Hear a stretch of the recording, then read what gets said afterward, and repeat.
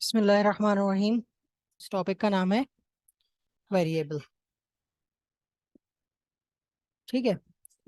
तो वेरिएबल के बारे में जैसे हमने पहले भी पढ़ा था कि मेमोरी में एक हम लोग को लोकेशन मिल जाती है तो उसका हम लोग नाम रख देते हैं, उसे वेरिएबल कहते हैं। इस तरह से हम इसको टेम्पररी या परमानेंट तौर पे यूज कर रहे होते हैं अपनी कंप्यूटेशन के लिए। मतलब कोई भी ऑपरेशन परफॉर्म करना है तो उसके लिए हम इसे यूज कर रहे होते हैं। इसी तरह से हमने ये बात भी की थी कि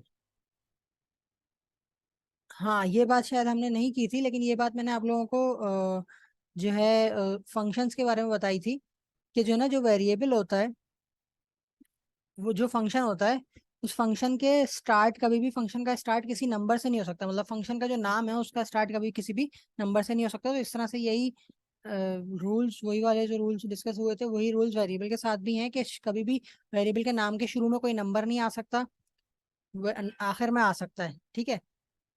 वेरिएबल के नाम के शुरू में कभी हम एक तो नंबर्स नहीं आ सकते, और नाम के बीच में कभी भी वेरिएबल के नाम के बीच में कोई स्पेस नहीं आ सकता। ठीक है। और वेरिएबल के नाम में किसी भी जगह कोई स्पेशल कैरेक्टर नहीं आ सकता, जैसे कि एक्सक्लेमेशन मार्क। ठीक है। इसी तरह से ये अभी वही जैसे बात करी कि स्पेसेस नहीं हो सकते नाम में, कोई स्पेशल कैरेक्टर नहीं हो सकते, जैसे plus minus multiply divide percent, ये सब उसके नाम में नहीं हो सकते। अच्छा। Can not be arbitrary long. हाँ, हम लोग उसका नाम कोई बहुत ही बड़ा नहीं रख सकते, जो कि हम लॉजिकली रखते भी नहीं है, लेकिन वैसी एक बात है कि हमें पता हो कि हम लोग 255 कैरेक्टर से बड़ा नाम नहीं रख सकते वेरिएबल का। और इसी तरह से जो कुछ रिजर्व कीवर्ड्स हैं, वो नाम भी हम नहीं रख सकते। जैसे मिसाल के तौर पे इंट एक रिजर्व कीवर्ड है ना। इंट इंटीजर डेटा टाइप के लिए रिजर्व है पहले से, तो हम लोग वेरिएबल का नाम इंट नहीं रख सकते। डबल भी किसी के लिए रिजर्व है तो डबल भी नहीं रख सकते। इसी तरह से फॉर भी रिजर्व्ड है, फॉर नहीं रख सकते। मेन मेन रिजर्व, फॉर क्यों रिजर्व है ये तो बाद में सीख लेंगे हम लोग। मेन रिजर्व है, मेन फंक्शन का नाम होता है मेन फंक्शन का, तो हम मेन नहीं रख सकते। तो इस तरह से जो रिजर्व कीवर्ड होते हैं उसको हम वेरिएबल के नाम में नहीं यूज कर सकते। और ये इनिशियलाइजेशन के बारे में हमने पहले भी पढ़ा था कि इनिशियलाइजेशन क्या होती है, कि अगर हम जिस टाइम वेरिएबल को डिक्लेयर कर रहे हैं उसी टाइम उसमें अगर वैल्यू असाइन कर दें तो वो इनिशियलाइजेशन कहलाती है।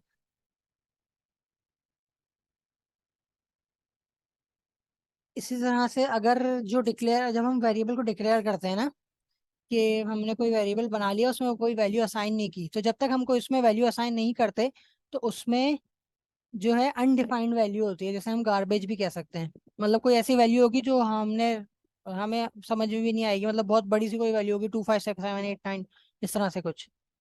ठीक है। ये अनडिफाइंड वैल्यू गार्बेज कहलाती है। हमेशा अच्छी प्रैक्टिस ये है कि आप अपने वेरिएबल को इनिशियलाइज करें।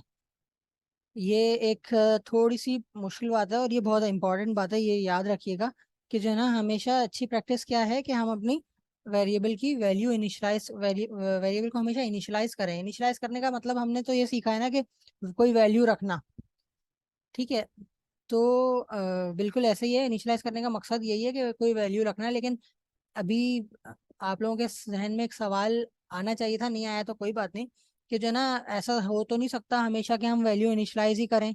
जैसे मिसाल के तौर पे हमने कल एक प्रोग्राम बनाया था सम का, उसमें हम दो वैल्यूज को सम कर रहे थे।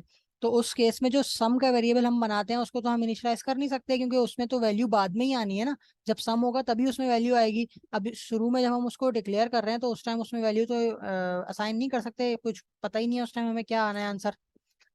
तो इस सिनेरियो में फिर हम ये बात तो गलत हो जाएगी कि अच्छी प्रोग्रामिंग ये है कि हमेशा शुरू में इनिशियलाइज करें, तो नहीं, गलत नहीं होगी। देखिए, शुरू में हमेशा इनिशियलाइज करें, फिर उसके बाद में उसमें वैल्यू ओवरराइट कर दें। हमने कल ओवर राइटिंग भी देखी थी कि एक ही वेरिएबल लिया था ए, उसमें पहले कुछ वैल्यू रखी थी 5 और फिर उसमें 7 रख दी थी। तो ओवर राइटिंग हो सकती है, ओवर मतलब ओवर करना मना नहीं होता।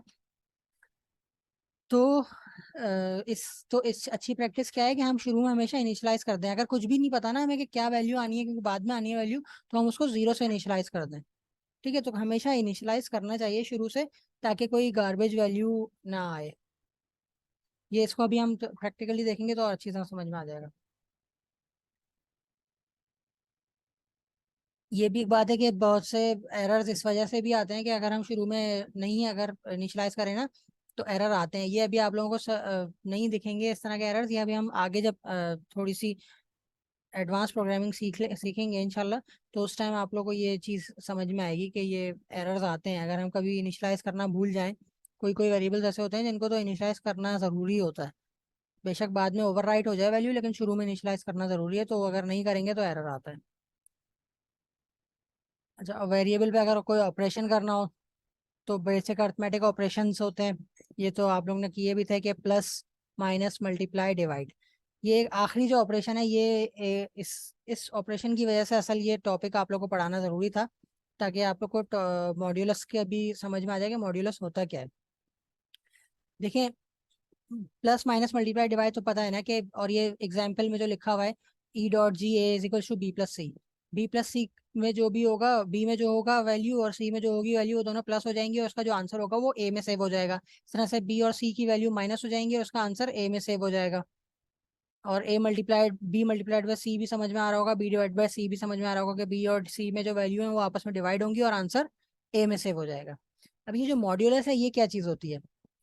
तो ये एक बहुत इंपॉर्टेंट चीज़ होती है और ये बहुत काम की चीज़ होती है। हमारे कुछ सिनेरियोज में ये काम आती है, अभी हम आप लोग देखेंगे इसको फ्यूचर में, ये हमारे काम आएगा ये ऑपरेशन। ये होता क्या है आज हम ये समझेंगे।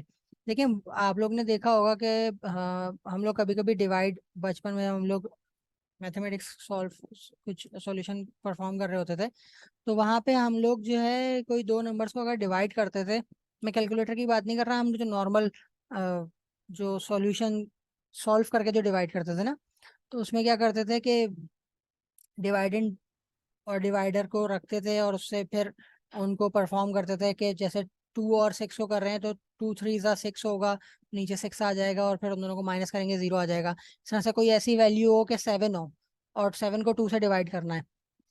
ठीक है, तो 2 3 ज़ा 6 करेंगे और 7 - 6 1 हो जाएगा। तो इसका जो आंसर है वो पूरा सॉल्व नहीं हुआ, नीचे 1 बच गया। तो ये जो 1 बचा है ना, इस 1 को क्या कहते थे? इस 1 को कहते थे हम रिमाइंडर। ठीक है, ये 1 होता था रिमाइंडर। तो हमारा जो डिवाइड का ऑपरेशन होता है, ये जो ऊपर A is equal to B upon C operation है, ये इस जो मैंने अभी आप लोगों को एग्जांपल दी है, उस केस में अभी मैं फिगर से दिखाऊंगा भी तो और क्लियर होगी, लेकिन मैं चाह रहा हूँ पहले आप लोग थोड़ा सा विजुअलाइज करें, तो फिर जब फिगर दिखाऊंगा तो बहुत आसानी से समझ में आएगा। जब थोड़ा सा विजुअलाइज अगर इसको करेंगे कि हम जब किसी को डिवाइड कर रहे होते हैं नंबर को, तो जो आंसर होता है वो ए डिवाइडेड बाई बी में आता है। जैसे 2 3 ज़ा 6 है, तो 3 आया आंसर ना, हमारे लिए आउटपुट 3 है। इस तरह से। लेकिन अगर हमें ये पता करना है कि इसको जो हम जो दो नंबर्स को डिवाइड किया है, इसका कोई रिमाइंडर आ रहा है या नहीं आ रहा, जो नीचे आखिर में बचता है।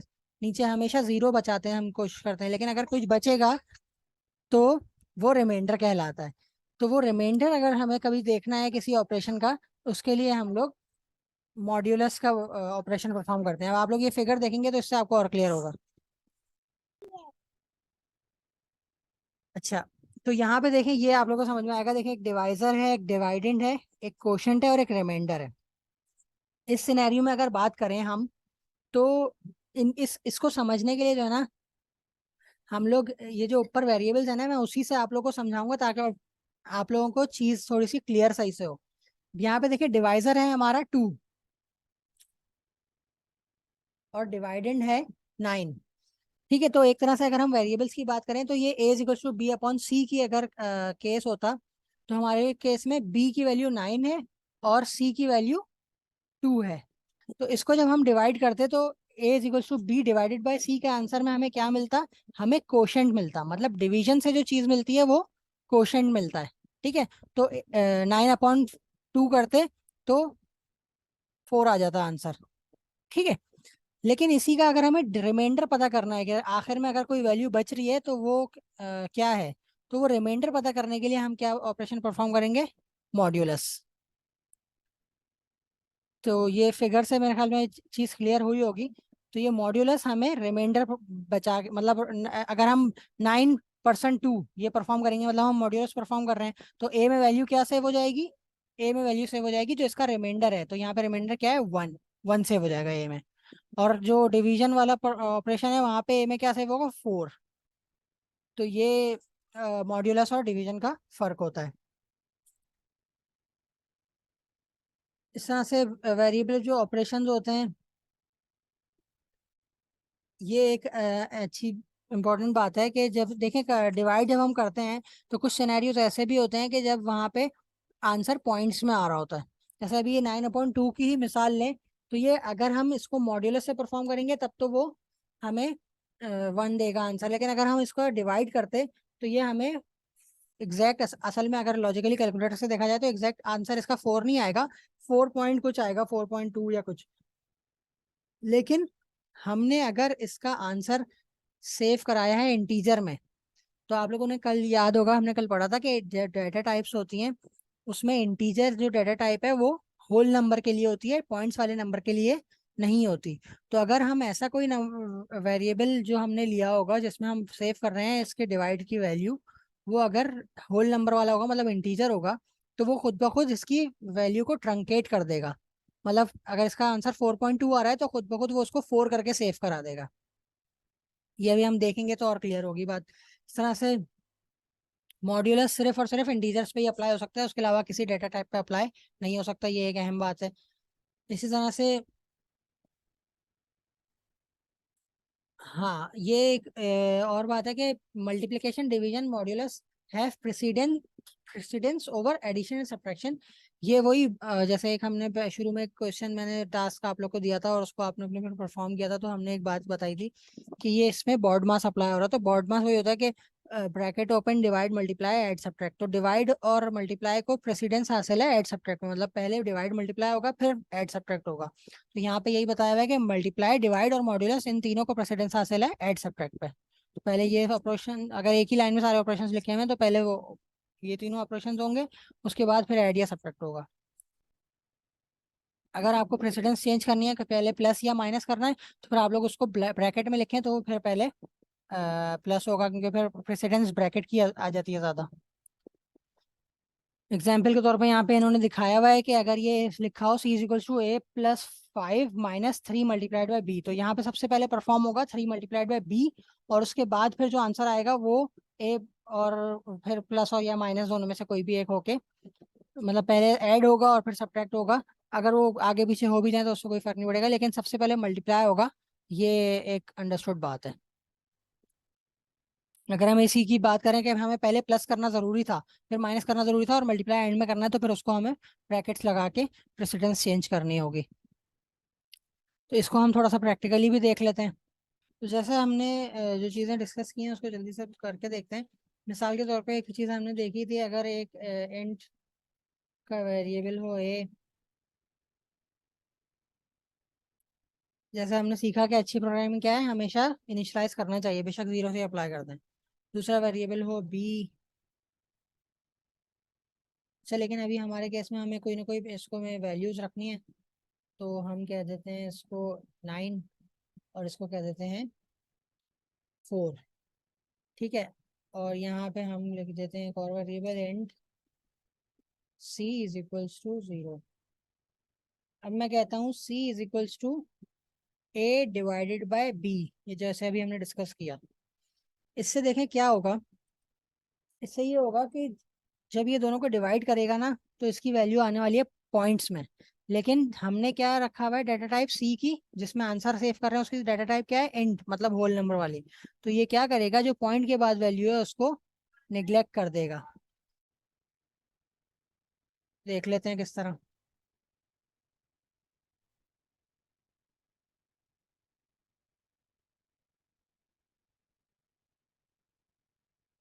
अच्छा, क्यों नहीं आया आउटपुट? आप लोगों को समझ में आ गया होगा कि हमने प्रिंट नहीं करवाया, आउटपुट तो आएगा कैसे? ये चीज़ें हम कल डिस्कस कर चुके हैं डिटेल में। सी की वैल्यू प्रिंट करा लेते हैं। सी में क्या आया? 0, क्योंकि मैंने गलती की है, बड़ी वैल्यू को डिवाइड करेंगे छोटी वैल्यू से।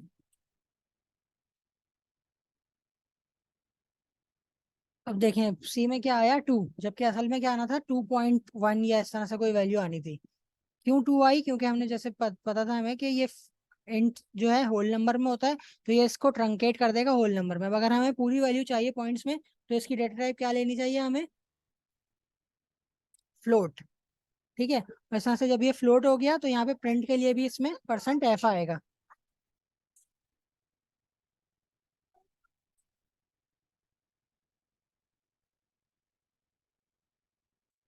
ठीक है, तो अब आप लोग देख सकते हैं कि ये अच्छा।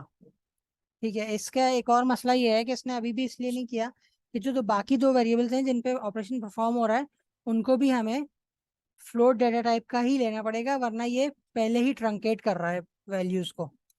तो उसको भी हम फ्लोट में ले लेते हैं।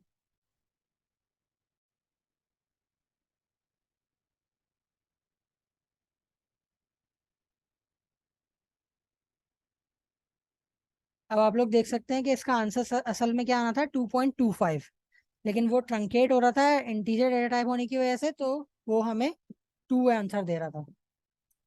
इसी तरह से इसका मॉड्यूलस क्या आएगा? तो मॉड्यूलस परफॉर्म करने के लिए जो ऑपरेशन जो हमारे पास सिंबल होता है वो होता है परसेंट। अगर हमें बी और ए का मॉड्यूलस देखना है, मतलब रिमाइंडर देखना है कि रिमाइंडर क्या होगा, तो हमें पता है वैसे इसका रिमाइंडर क्या आना है, 4 1 4, 4 2 8, तो 1 रिमाइंडर होगा इसका। तो देख लेते हैं 1 होगा या नहीं होगा।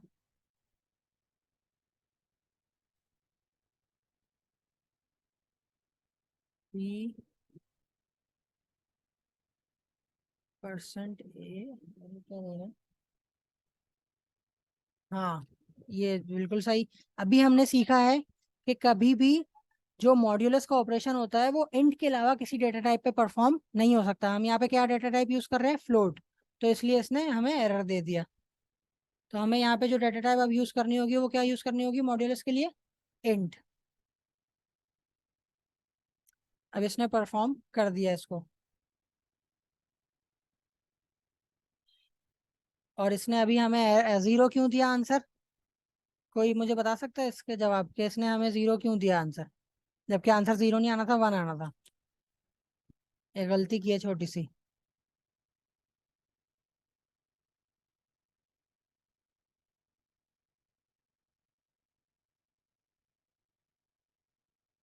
वो गलती ये है कि ये जो डेटा टाइप है इसकी इंट है, और यहाँ पे हमने क्या लिख दिया है? Percent F. इसकी जगह क्या आना चाहिए था? Percent D. अब हम इसको परफॉर्म करेंगे तो